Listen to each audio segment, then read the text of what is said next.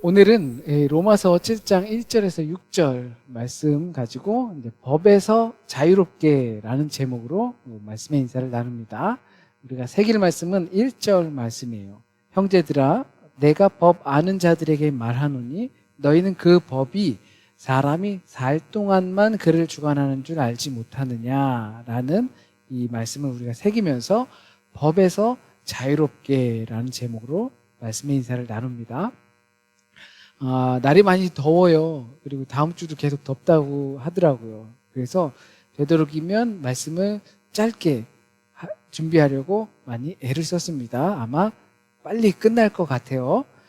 저도 입고 있으니까 선풍기를 틀긴 했지만 더워요. 그래서 아마 빨리 끝날 것 같습니다. 형사 절차에서 보면 피의자가 사망을 하게 되면 검찰에서 공소권 없음, 이렇게 판결이라고 해야 되나요? 이런 명령이 있다고 합니다. 그러니까 범죄 혐의가 있는데 그 사람이 이제 고발을 당했죠. 고소나 고발을 당했는데, 근데 그 사람이 심리가 굉장히 힘들어서 결국 나쁜 선택을 했어요. 그러면 그 사람에 대한 죄가 좋고 나쁘고 이거는 구별할 수 없고 대신 공소권이 없습니다. 더 이상 이 재판을 진행하지 못합니다. 라고 하는 이런 법이 있다고 합니다. 그래서 법원에서는 검찰이 공소한 그 고소, 고발 이런 것들을 기각한다고 해요. 그러니까 죽음이 그 사람의 행위를 이제 선하게 만들거나 무죄로 바꾸는 것은 아니지만, 알 수 없음이지만, 그러나 그 사람을 상대로 더 이상 법적인 절차, 재판 과정을 계속할 수 없다라는 것입니다. 오늘 바울의 본문에서 이와 비슷한 하나의 원리를 말하죠. 법은 살아있는 동안 그를 주관한다. 살아있는 사람에게는 그 법이 유효하다라는 거예요. 물론 법뿐만이 아니죠. 지금 우리가 누리고 있는 모든 것들은 우리가 살아있는 동안에만 관계할 수 있는 것들이에요. 가족, 학업, 재산, 거의 모든 것들은 다 우리가 살아있을 때만 우리와 관계가 있어요. 법만이 아니라. 그렇다면 여기서 이제 한 가지 질문을 드립니다. 그러면 우리는 그 율법은 사람이 살아있을 때만 우리에게 상관이 있는데, 그렇다면 우리는 살아있습니까? 아니면 죽어있습니까? 우리는 분명히 살아있지만 숨을 쉬고 있고 생각을 하고 있고 또 일을 하고 누군가의 관계를 맺고 살아갑니다. 그런데 바울은 우리에게 육체적으로 살아있느냐라고 묻는 것이 아니죠. 바울의 질문은 우리는 율법에 대해서 살아있습니까? 아니면 율법에 대해서 우리는 죽었습니까? 이런 질문입니다. 지난 말씀들 속에서 우리는 이와 비슷한 질문이 있었어요. 죄에 대해서 우린 죽었다라고 바울이 선언했어요. 그런 갈등 속에서 우리는 죄에 대해서 우리는 분명히 죽었다. 우리 주 예수 그리스도께서 십자가에서 우리의 죄를 지고 죽으셨다라고 하셨는데, 그런데 우리는 여전히 죄라고 하는 것들이 우리의 삶 앞에 보이는 것 때문에 갈등하고 고민을 할 때가 있습니다. 그러나 죄에 대해서 죽었다라고 선언하는 거죠. 우리의 모습을 보고 판단하는 것이 아니라, 현재를 보고 판단하는 것이 아니라 선포함으로 그 길을 가는 것입니다. 그 연결선상에서 오늘 4절 말씀이 율법에 대하여 죽임을 당했다라고 또다시 한번 선언하는 겁니다. 우리는 율법에서 완전히 자유롭게 그 형식, 사람은 이래야 해, 저래야 해, 그렇게 하면 안 돼 라고 하는 형식에서 우리는 완전히 자유롭지 못하지만, 그럼에도 우리는 선언하는 겁니다. 다만 율법이 없어진 건 아니에요. 우리 성경에서도 그렇죠. 율법이 파하여지지 않았다.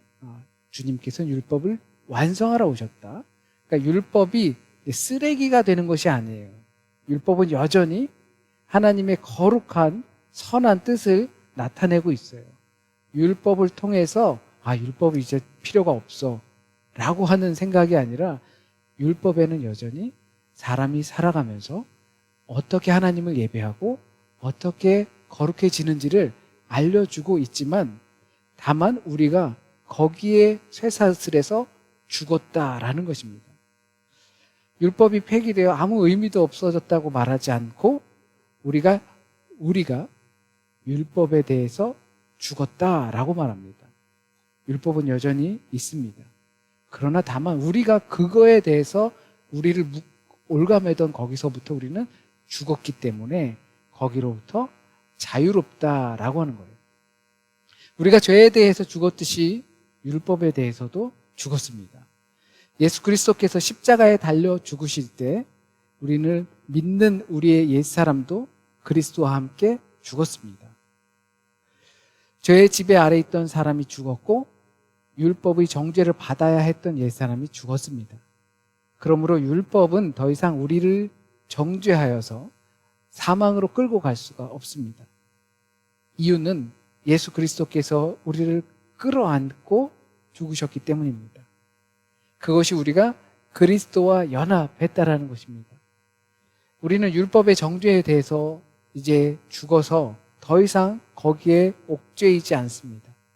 죄가 지배했던 옛사람에 대해서 죽었고 아담 안에 속했던 옛 생명도 죽었습니다. 동시에 우리는 살아있는 사람입니다. 예수 그리스도의 다시 사심으로 우리도 함께 살았습니다. 그래서 우리 살아있음은 율법의 공소권 없음입니다.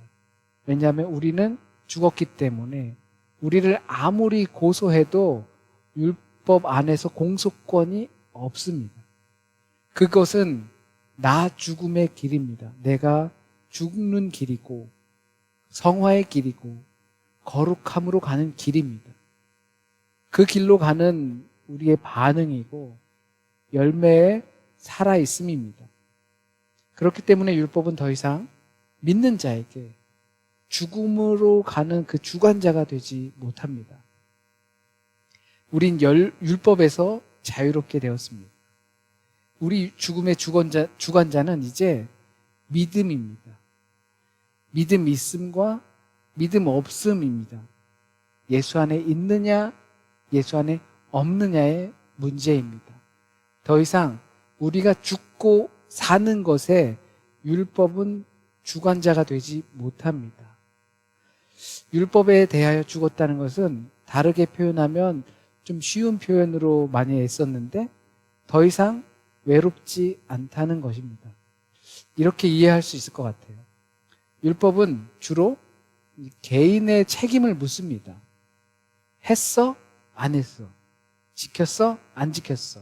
이렇게 묻는 구조이지 핑계를 대는 구조가 아니라고 생각합니다. 물론 누구 때문에 어떤 이유 때문에 변명과 핑계를 댈 수는 있겠지만 아무리 그래도 내가 그것을 했느냐 아니면 못했느냐에 집중하는 구조가 이 율법적인 구조라고 생각을 해요. 그래서 율법은 무엇을 해야 하는지 말해주지만 그 일을 함께 해주지는 않습니다. 소위 말하는 책임감 있는 사람들, 율법적인 구조 안에서 있다고 볼 수도 있겠죠. 그 틀 안에서 했느냐 못했느냐, 그리고 그것으로 당신이 책임이 있느냐 없느냐, 그거 법적인 것이잖아요. 그래서 조금 감안하긴 해요. 강제로 막 해가지고 내 의지와는 다르게 했어. 막 누가 강제로 시켰어. 그래서 그럴 때는 우리도 그것을 감안하긴 하지만 결국은 했다라는 것을 물을 수는 없지요. 근데 율법은 그렇게 우리를 함께 하진 않습니다. 나에게 책임이 있어요.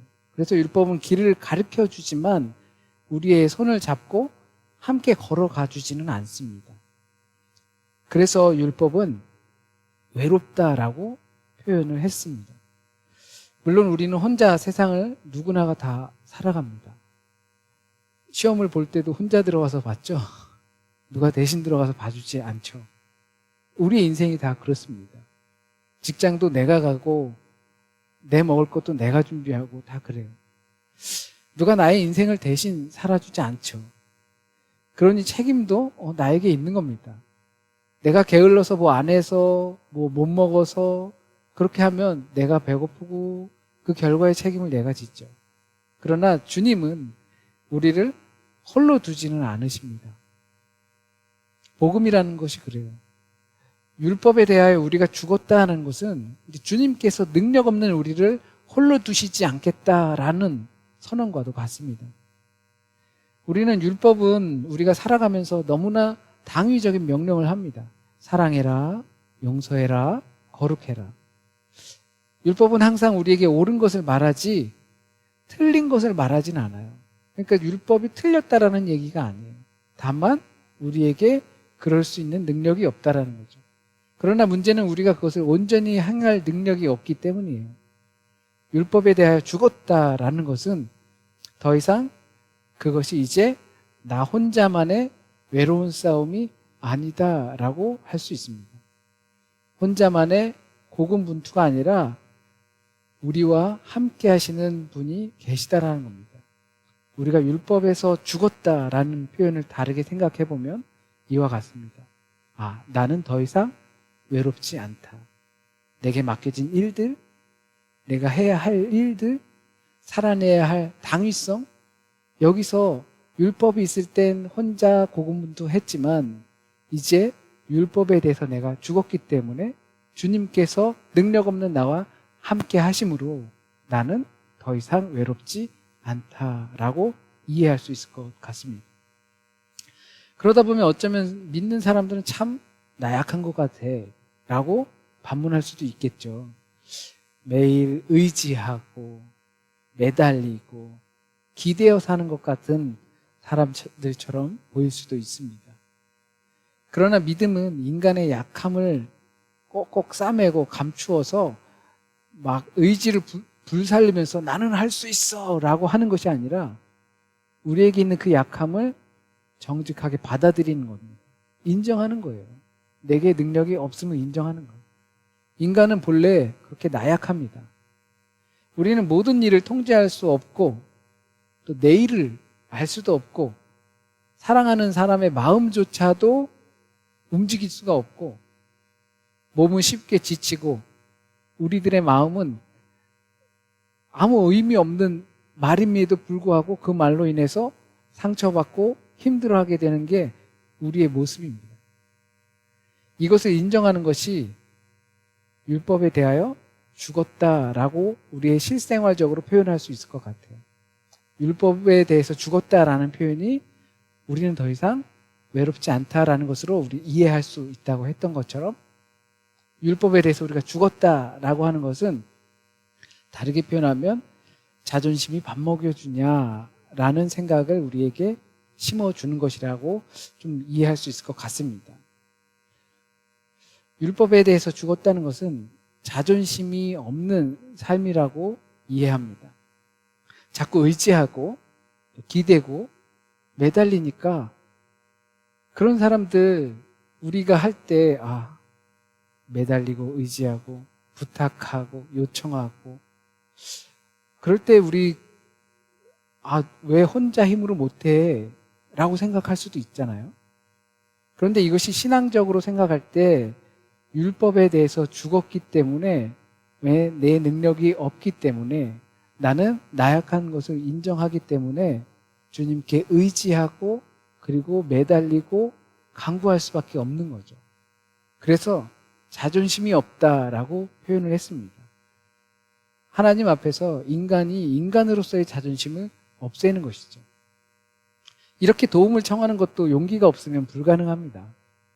우린 자존심이 안 준다는 것을 알면서도 자신의 능력치까지만 하려고 하는 경우가 있습니다. 적절한 때에 도움을 청하는 것도 매우 중요한데 내 능력치, 내가 이만큼 할 수 있어. 그러니까 난 이만큼까지만 할 거야 라고 하는 경우가 정말 많습니다. 중요한 것은 율법의 성향처럼 내가 이만큼 했다가 중요한 것이 아니라 내 자존심을 좀 구기더라도 목적지에 도달하는 게 복음이거든요. 그래서 도움을 구하는 것이야말로 율법에 대해 죽은 자의 삶입니다. 우리가 나약해서 그것도 하나 제대로 못하는 것이 아니라 능력 없음을 인정하되 내 능력까지만 가는 것이 아니라 우리의 목적은 주님의 자리까지 가는 거거든요. 주님 계신 곳에.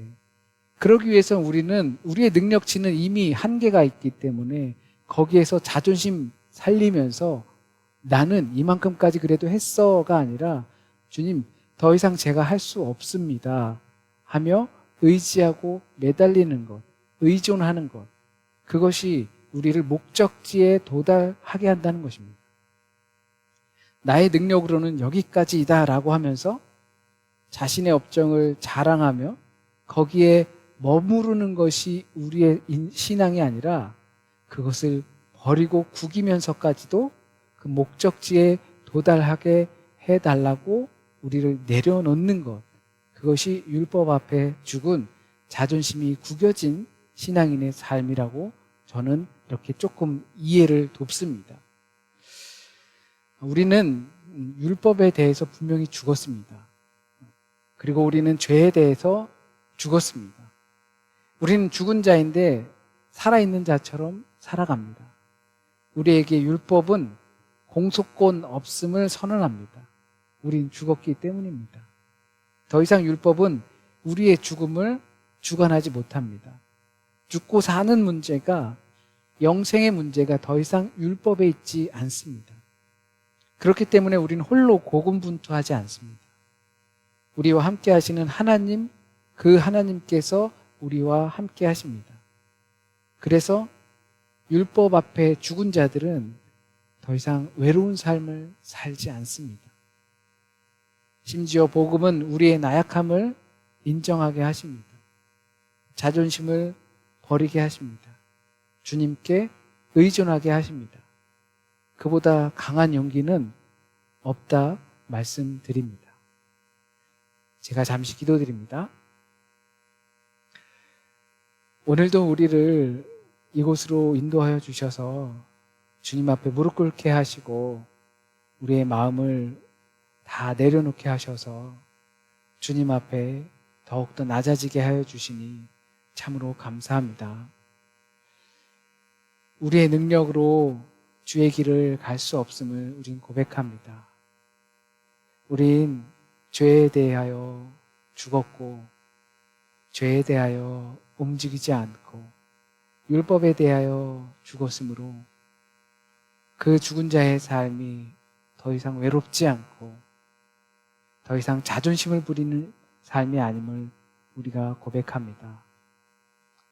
우리가 신앙하면서 우리가 믿음을 갖고 살아가면서 더욱더 우리의 나약함을 주님 앞에 드러내고 주님으로 말미암아 주님께서 잡아주시는 손을 잡고 일어서서 내 능력치까지만 애썼다 수고했다 간다가 아니라 주님 그 자리로 갈 수 있도록 도와주세요. 주님의 능력이 필요합니다. 주님께서 인도하여 주세요라고 의존할 수 있는 우리가 되게 주님 인도하여 주세요. 주님, 이 시간 우리가 꼭 들어야 할 말씀, 주님께서 우리의 마음속에 남게 하여 주셔서 그 말씀으로 말미암아 우리 삶에 주님의 은혜가 뿌리 내리게 하여 주시고 또한 은혜로 말미암아 열매 맺게 인도하여 주옵소서. 한 주간의 삶도 주님께 맡깁니다. 주님, 병든 자들이 있고 또 아픈 자들이 있고 마음에 근심이 있는 자들이 있고 삶의 어려움을 경험하는 자들이 있습니다. 주님, 그 모든 것들이 하나님의 섭리 가운데 있음을 우리가 고백하게 하여 주시고 주님께서 또한 치유하여 주시고 회복시켜 주시고 새 길을 열어주실 것을 우리는 믿습니다. 주님, 새 길을 열어주시고 또 치유하여 주시고 회복시켜 주옵소서. 더운 날에 연속으로 계속되고 있습니다. 주님, 이 날씨에 지치지 않게 하여 주시고 모든 일상을 하나님께 맡기고 하나님께서 이끌어 주심을 확신하며 살아가는 하루하루가 될 수 있도록 주님 한 주간 지켜주세요. 모든 말씀 우리 주님 예수 그리스도의 이름으로 기도드립니다. 아멘. 아멘.